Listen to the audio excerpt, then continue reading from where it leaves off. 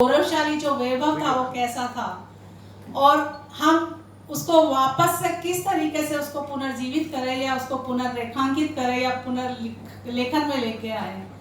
संयुक्त राष्ट्र संघ ने 1993-94 में विश्व आदिवासी दिवस की शुरुआत की, सबको पता है।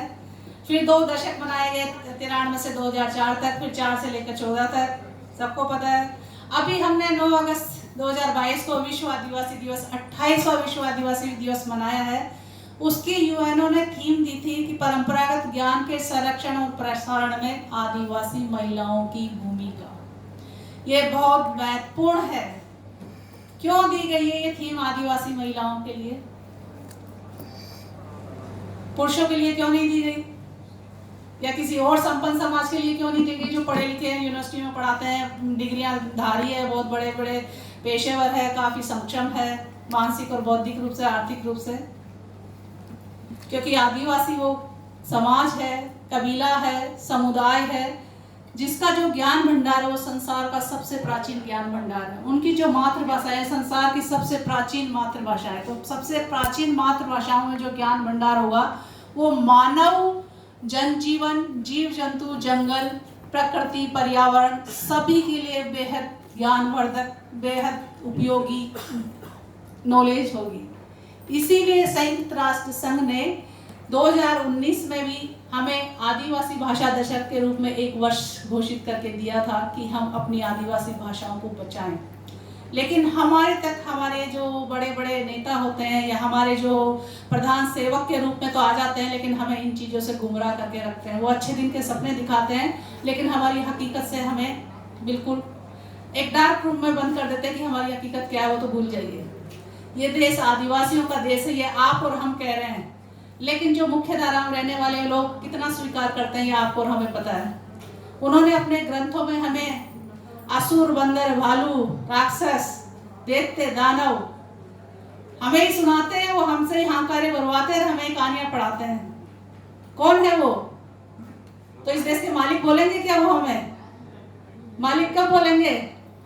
जब मालिक खुद बोलेगा, जब मालिक खुद लिखेगा, जब मालिक खुद सबूत के रूप में लाएगा कि हाँ हम मालिकों के वंशज हैं। और ये मैं नहीं कह रही, ये संयुक्त राष्ट्र संघ भी कह रहा है, ब्रिटिश गवर्नमेंट भी कह रही है, जिन्होंने हमें ट्राइबल कॉलन कोड भी दिया था 1871 से लेकर 1941 तक। कभी अवर्जन का, कभी ओरिजिनल का, कभी ट्राइबल का, कभी ट्राइबल रिलीजन का, 1941 तक। लेकिन जब देश आजाद हुआ, संविधान के नाम पर हम पे गुलामी बढ़ दी गई, हमें अनुसूचित जनजाति के रूप में दर्ज किया गया और कुछ आदिवासियों को उसमें शामिल किया गया, लगभग 583 आदिवासी समूह, समाज, कबीलों को। बाकी को बाहर निकाल दिया गया। किसी को पिछड़ा हुआ कह दिया, किसी को मतलब घुबंतु कह दिया, किसी को अपराधी कह दिया, किसी को और कई कैटेगरियों में हमें डिवाइड कर दिया। तो वर्तमान में हम 1045 आदिवासी समाज, समुदाय और कबीले हैं भारत में। लेकिन अनुसूचित के रूप में या एसटी के रूप में कितने दर्जे पता है आप लोगों को? 705 के रूप में पहले थे, फिर जुड़ते गए, 750 के आसपास हो गए, और अभी बीजेपी गवर्नमेंट आई है तो अच्छे दिनों के सपने दिखा रही है। तो यूपी में भी काफी लोगों को जोड़ा गया है, बिहार में भी जोड़ा गया है, और भी कई जगह जोड़ा गया है, जिनके बारे में सुनने को आया है कि वो आदिवासियत की पहचान वो या उनके पूर्वज नहीं रखते हैं, लेकिन उनको वोट देनी चाहिए, इसीलिए वो डीलिस्टिंग लेके आए हैं। ये सारी चीजें कड़ियां जुड़ी हुई है, ये सब कड़ियां जुड़ी हुई है। इन कड़ियों को एक लाक्षागृह बनाकर आपको उस लाक्षागृह पे बैठाया जा रहा है, और वो लाक्षागृह है डीलिस्टिंग। ये मुद्दे मैं इसलिए बोल रही हूँ क्योंकि मुझे बेहद मेरे समाज का जो भविष्य है वो मुझे बहुत खतरनाक भयावह मंजर में दिख रहा है। डीलिस्टिंग वो मुद्दा है जो अब तक जो सरकार आई है वो धर्म के नाम पर, गाय के नाम पर, गोबर के नाम पर, राम के नाम पर, हनुमान के नाम पर, शबरी के नाम पर, भावनाओं के नाम पर, किसी की भी चीज के नाम पर वो आपके अंदर हिंसा और आतंक फैलाती आई है। पूरे देश भर में देखा आपने। अच्छा। कभी गाय के नाम पर ऐसे कोई नरसंहार नहीं हुआ था जो नरसंहार आदिवासियों का हुआ, दलितों का हुआ, मुस्लिमों का हुआ। अच्छा। कभी किसी ब्राह्मण का देखा? राजपूत का देखा? अभी राजस्थान की जालोर वाली घटना, एक बच्चा पानी पिया था मटके से, जिसको छेल सिंह नाम के गुरु ने, खुद उसके अध्यापक ने, कोई अनभिज्ञ आदमी भी नहीं था। क्या पानी पीना इतना गुनाह हो गया? आजादी के अमृत महोत्सव जब आप मना रहे हो तो ये अमृत महोत्सव है, आपकी मानसिकता देखिए। जो महानगरों में बैठे हैं, जो शिक्षित लोग हैं, जो संपन्न लोग हैं, जो उन्हीं विद्यार्थियों को पढ़ा रहे हैं, उन्हीं को मार रहे हैं। तो अब ये एकलव्य का अंगूठा नहीं काट रहे, अब वो जान से मार रहे हैं। और आदिवासी समाज इनकी जो थीम है कि ये देश हिंदू राष्ट्र बने, भगवा राष्ट्र बने, उसमें सबसे बड़ा रोड़ा है आदिवासी। क्योंकि आदिवासी वो कौम है, वो समाज है, वो कबीला है जो हिंदू धर्म में नहीं आता है, वर्णवादी व्यवस्था में नहीं आता है। आदिवासी ब्राह्मण, क्षत्रिय, वैश्य, शूद्र वर्णवादी व्यवस्था के 4 वर्ण है, इनमें आता है क्या? नहीं आता ना। इसीलिए इन 4 वर्णों में आपको घेरने के लिए आपको साम दाम दंड भेद ये सारे तरीके आपकी तरफ घेरे जा रहे हैं। आपके क्षेत्रों में ज्यादा से ज्यादा धार्मिक आयोजन हो रहे हैं, आपके क्षेत्रों में ज्यादा से ज्यादा मूर्तिकरण किया जा रहा है, आपके क्षेत्रों में ज्यादा से ज्यादा भंडारे लगाए जा रहे हैं, आपके क्षेत्रों में ज्यादा वनवासी आश्रम, कल्याण योजना, वनबंधु योजना, शक्ति वाहिनी, दुर्गा वाहिनी, ब्रह्म योगिनी, गायत्री मंत्र, जितने भी हजारों संगठन है ये आरएसएस के या बीजेपी के, वो आदिवासी क्षेत्रों में ही क्यों जा रहे हैं? कौन सा कल्याण करेंगे आदिवासियों का? आदिवासियों को कौन सी देवताओं की, कौन सी भक्ति की जरूरत पड़ गई, जो दिन रात मेहनत करते हैं, मेहनत का खाते हैं, मेहनत का पीते हैं, दिन रात खुली हवा में रहते हैं। कभी हमारे पुरखों ने देवताओं की कल्पना नहीं की थी। उन्होंने अपने प्रकृति, पूर्वज और ये जल जंगल जमीन या अपने जानवरों के साथ सहजीवी संबंध जीवा था और उनके समान महत्व दिया था। चाहे वो जानवर हो उसको भी अपने बच्चे की तरह रखता, चाहे वो पक्षी हो उसको भी अपने जान से प्यारा रखता है और उसकी मौत पर वो वैसा ही गम प्रकट करते थे जैसे उनका अपना कोई परिचित या परिवार का कोई सदस्य मर जाता। और आज भी ऐसा ही होता है, वो कहीं और फेंकाते नहीं है, उसको अपनी जमीन में दफनाते हैं। करते हैं ना आप लोग ऐसा? फिर ये लोग इस तरीके से हमें गुमराह कर रहे हैं और राष्ट्रवाद, देशभक्ति के नाम पर हमारे अंदर हिंसा और आतंक फैला रहे हैं। और ये हिंसा और आतंक हिंदू मुस्लिम वाला खत्म हो चुका है। अब ये आतंक आ रहा है डिलिस्टिंग के रूप में आदिवासियों में, क्योंकि आदिवासियों के लिए 1950 में जो कानून बने थे अनुच्छेद 243 में 241 जो था वो एससी अनुसूचित जाति के लिए था। उसमें बाबा साहब अम्बेडकर ने तो उनको तो बंदित कर दिया डिलिस्टिंग लगा के कि कोई दलित अगर इस कॉलम को छोड़ के या दलित वर्ग से निकल कर किसी और धर्म में जाता है तो उसका आरक्षण खत्म हो जाएगा। लेकिन उन्होंने आदिवासियों पे डिलिस्टिंग नहीं लगाया, जबकि कार्तिक उरांव ने डिलिस्टिंग की डिमांड 60 के दशक में कर दी थी कि आदिवासियों का धर्मांतरण ना हो। अगर कोई अपनी स्वेच्छा से करता है, कहीं जाता है किसी दूसरे धर्म में, तो उसका आरक्षण वहीं पर खत्म हो जाए, तो ये समस्या वहीं हल हो जाती। लेकिन आदिवासियों के लिए दरवाजे खुले छोड़ दिए। वहाँ एक दे दिया को क्लू कि आदिवासी किसी भी धर्म में हो सकता है। तो हमारे क्षेत्रों में सरकारें नहीं पहुँचती, लेकिन जो मिशनरी पहुंच जाते हैं या जो सहायता करने वाले पहुंच जाते हैं, फिर वो आपको एजुकेशन भी देते हैं, आपको हेल्थ भी देते हैं, आपका आर्थिक स्तर भी सुधारते हैं और आपका मतलब काफ़ी कुछ सहयोग करते हैं। इसीलिए फिर हम उनका अनुकरण कर लेते हैं और इसीलिए हमारे आदिवासियों का धर्मांतरण ईसाई धर्म के रूप में भी हुआ, मुस्लिम धर्म के रूप में हुआ। अब जो आरएसएस है वो जनजाति सुरक्षा मंच के नाम पर 2006 में संगठन को गठित कर चुका है और उसमें शामिल किया है वही रामायण वाली वानर सेना। कौन है वो?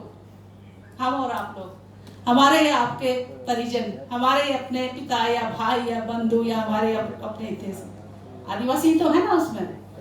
उनको इस तरीके से माइंड वॉश किया गया या उनको ऐसा लालच दिया गया या उनको ऐसा मतलब बना दिया गया कि वो अपने ही समाज के खिलाफ काम करने के लिए और डिलिस्टिंग की मांग उठा रहे हैं। डिलिस्टिंग की मांग उठाना हमारे समाज को एक तरह से ताबूत में बंद करना है, एक तरह से बारूद के ढेर पर खड़ा करना है या एक साथ सबका नरसंहार करना है। क्यों? मैं बताती हूँ आपको, बहुत आसान है ये, समय बहुत कम है और ये मैं विषय थोड़ा लंबा ले लिया और बताना बेहद जरूरी है। मुझे पता है, मुझे कैंसर हो गया तो मैं कैंसर की दवा लूंगी तभी तो ठीक होंगी ना, घंटे बजाने से तो नहीं होंगी, नाम किसी राम या गाय का नाम लेने से तो नहीं होंगी ना, दवा लेनी पड़ेगी। तो मुझे आप लोगों को दवा देनी पड़ेगी, तभी सोचेंगे आप लोग कि कोई हिंसक जानवर आ रहा है या कोई कुत्ता हड़क जाता है या जानवर हड़क जाता है। हड़कना समझते हैं?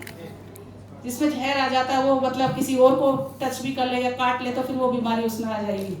तो ये समझिए जो आरएसएस है या जो ये जनजाति सुरक्षा मंच है, एक हड़का हुआ जानवर है, वो आपको काटने के लिए आ रहा है और वो आपके अपनों में डाल दिया गया, जैसे कोरोना वायरस है वो वायरस की तरह डाल दिया गया है। और वो आपका ही सफाया करने के लिए, जहाँ ईसाई लोग हैं वहाँ ईसाइयों का विरोध करवाएंगे कि ईसाई ज़्यादा पढ़े लिखे हैं, आपका आरक्षण खा गए तो उनको लिस्ट से बाहर करवाइए, हम और आप समर्थन करने के लिए सड़कों पे चले जाएंगे, ठीक है। फिर जहाँ मुस्लिम लोग हैं वहाँ हिंदुओं को कहेंगे कि ये अब मुस्लिमों को निकलवाओ, मुस्लिम आदिवासी, मुस्लिम तो आदिवासी है ना। आपने वो बकरवाल लड़की का कांड सुना होगा, 8 साल की बच्ची को मतलब मंदिर में ले जाकर उसका रेप किया था 8-10 लोगों ने, और फिर वो नहीं मरी तो उसको पत्थरों से कुचल कुचल के मारा था। पायल तड़वी का नाम सुना? दोनों आदिवासी समाज की लड़कियां थी, उनके साथ ऐसा क्राइम किया, लेकिन उन्होंने ये नहीं बताया कि आदिवासी है, और हमें भी अपने समाज के लोगों को भी नहीं पता, लेकिन आदिवासी है। तो ईसाई धर्म में भी आदिवासी है, मुस्लिम धर्म में भी आदिवासी है, लेकिन ये जनजातीय सुरक्षा मंत्री आपको ये नहीं बताता कि हिंदू धर्म में भी आदिवासी है, या हिंदू धर्म के मानसिक गुलाम भी आदिवासी है, नहीं बताते ना। और वही लोग जनजाति सुरक्षा मंच की स्थापना किए हैं, जो हिंदू धर्म से जुड़े हुए या हिंदू धर्म अपना चुके हैं। तो आपके और हमारे जैसे लोग जो अपनी पुरखा परंपराओं के साथ, पुरखों के बलिदानों को, उनके संघर्षों को महत्व दिलाने के लिए संघर्ष कर रहे हैं, उनकी पहचान को बनाए रखने के लिए, उनके इतिहास, साहित्य, संस्कृति, भाषा को बचाने के लिए प्रयास कर रहे हैं। तो हम चाहेंगे कि ये हिंदू आदिवासी, मुस्लिम आदिवासी और ईसाई आदिवासी, इन तीनों को बाहर निकाला जाए, कहेंगे ना। तो फिर बचेगा कौन? कुछ नहीं, कौन बचेगा? तो बारूद का ढेर हुआ ना, हो गया विस्फोट, आरएसएस का काम आसान हो गया। वो जैसे हिंदू मुस्लिम गाय दिखा के गाय को वो मुस्लिम मार दिया, चलो मारो उसको, उसी तरह आप अपने भाइयों को आप खुद नरसंहार के लिए तैयार हो जाएंगे। तो इसके लिए, और आपकी अनुसूची 5 और 6 वैसे ही खत्म हो जाएगी। अनुसूची 5 और 6 में वनाधिकार कानून, पैसा कानून, आप ग्राम सभा के जो अधिकार है, आपको जल जंगल जमीन जानवरों के जो विशेष अधिकार है, वो आपकी जनसंख्या घटते ही खत्म हो जाएंगे। तो इनको कोई कानून लाना ही नहीं पड़ेगा। जैसे रेलवे ये बेच चुके, प्राइवेट कर चुके, वहाँ आरक्षण खत्म हो गया। बैंक बेच चुके, जितने भी सरकारी शिक्षण संस्थान बेच चुके, वहाँ आरक्षण वैसे ही खत्म हो गया। बचा है कहाँ? आपके जल जंगल जमीन और अनुसूची 5 और 6। तो उस अनुसूची 5 और 6 को तोड़ने के लिए ये डिलिस्टिंग लेकर आए हैं। तो अब हमें एकजुटता से काम लेना होगा, चाहे हमारे भाई मुस्लिम बन गए हो, या ईसाई बन गए हो, या हिंदू बन गए हो, सबसे एकजुटता से समझाना होगा और इन चीज़ों को भविष्य के लिए समझना होगा। अगर अपनी आदिवासियत को बचाना, अपनी पहचान को बचाना, तो जो जो विषय दिए गए हैं, जैसे भाषा, साहित्य, संस्कृति, इतिहास, जो भी तथ्य हैं, उन तथ्यों को आप इकट्ठा करना शुरू कर दीजिए। अपने आप को कमज़ोर महसूस मत कीजिए कि कोई आप टीचर नहीं है, या कोई डॉक्टर नहीं है, या कोई ज़्यादा पढ़े लिखे नहीं है तो आप जानकारी हमारे पुरखों के पास मौखिक रूप में, जो अनपढ़ है, जिनके पास अक्षर ज्ञान नहीं है, जो किसी स्कूल कॉलेज का कभी दरवाजा भी नहीं देखे, उन्हीं की जानकारी इकट्ठी करनी है। उनके पास बिल्कुल सच जानकारी है, व्यवहारिक जानकारी है, मौलिक जानकारी है, और संसार का अद्भुत सत्य है। और वो सत्य बहुत बड़ा महान सत्य है, इसीलिए यूनेस्को ने या यूएनओ ने आदिवासी भाषा दशक के रूप में 2022 से लेकर 32 को घोषित किया है कि आप अपनी आदिवासी भाषाओं को सहेजिए, लिखिए उनको। कौन लिखेगा? पढ़ने वाला तो लिखेगा। तो अपने पुरखे बोलेंगे और हम लिखेंगे, और वर्तमान पीढ़ी और आने वाली पीढ़ी के लिए वो सबूत छोड़ के जाएंगे जो यूएनओ ने हमें मौका दिया है आदिवासी भाषा वर्ष के रूप में, और अब 2022 से लेकर 2032 के दशक के रूप में। तो कितनी लिखेंगे आप? हर वर्ष एक जने की एक किताब तो होनी चाहिए, चाहे कविता के रूप में हो, कहानी के रूप में, लोकोक्तियों के रूप में, लोक कथाओं के रूप में हो, लोकोक्ति मुहावरे हो, पहेलियां हो, या जल जंगल जीवन की जानकारी हो, या आयुर्वेद की जानकारी हो, या घरेलू अनुभवों की जानकारी हो, या आपकी प्राकृतिक जो भोजन है उसकी जानकारी हो, या प्रकृति से संबंधित जानकारी हो, या और भी कई महत्वपूर्ण जानकारियां, जैसे हमारे बड़े बुजुर्ग जानवरों को और महिला मतलब परिवार के बच्चे खुद पैदा करते थे, खुद बड़े करते थे, वो अनुभव भी बहुत गहरे अनुभव है जो पूरी मानवता के लिए बहुत जीवनदायी हो सकते हैं। तो समय बहुत ज़्यादा हो रहा है, कहने को बहुत कुछ है, इसीलिए मैंने 2019 में जब आदिवासी भाषा वर्ष के रूप में देखा तो मेरे मन में बहुत उत्साह और जोश आया, क्यों नहीं मैं भी अपनी भाषा के बारे में काम करूं। क्योंकि हर आदिवासी समाज की अपनी अपनी मातृभाषा है। संतालों की संताली है, गोंडों की गोंडी है, भीलों की भीली है, तो मीणों की मीणी भाषा है। लेकिन मीणी भाषा पे कार्य नहीं होने की वजह से मीणी भाषा को यूएनओ में मृत भाषा घोषित किया गया। लेकिन कोई भी भाषा मृत नहीं हो सकती जब तक कि उसकी आबादी जिंदा है। तो जब 1 करोड़ से ज़्यादा आबादी मेढ़ों की है तो उनकी भाषा मर नहीं सकती, पुरखे नहीं मरे तो वो जिंदा है। ऐसे अंडमान निकोबार का एक बो भाषा की जानकार महिला थी 80 वर्षीय, उनके मरने से वो भाषा खत्म हो गई। तो वो भाषा नहीं, वो एक पूरी संस्कृति, पूरा इतिहास, पूरा विरासत खत्म हो गई उनके साथ।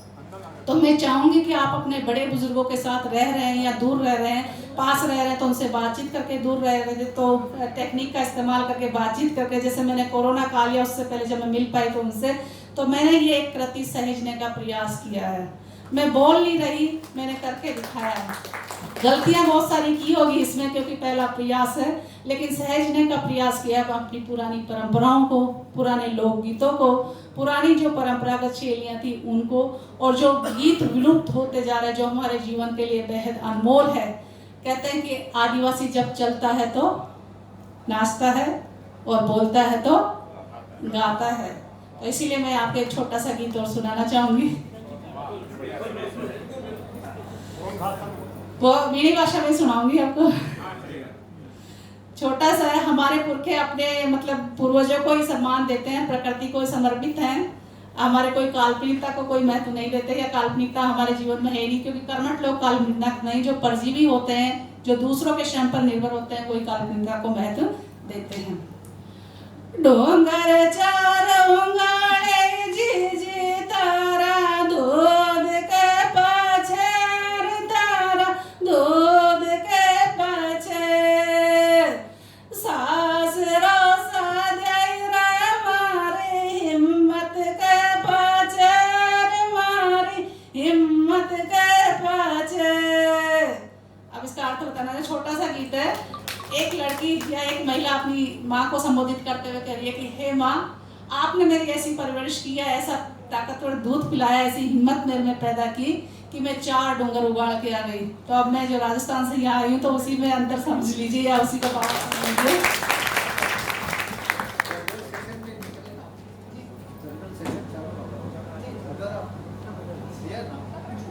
नाम तो होगा सर। तो मैं चाहूंगी कि आप लोग भी इन अनमोल धरोहर को सहेजिए। छोटी से छोटी, बड़ी से बड़ी, बहुत महत्वपूर्ण है। जैसे हमारे दिशाएं होती हैं पूर्व, पश्चिम, उत्तर, दक्षिण, वैसे मेरी भाषा में भी है अगुणी, आथुणी, दूजी और लंका। ये किसी और भाषा में वर्ड नहीं मिलेंगे, लेकिन अपनी मातृभाषा में बहुत अद्भुत और अनोखे शब्द मिलेंगे जो पढ़े लिखे लोगों को नहीं आते हैं।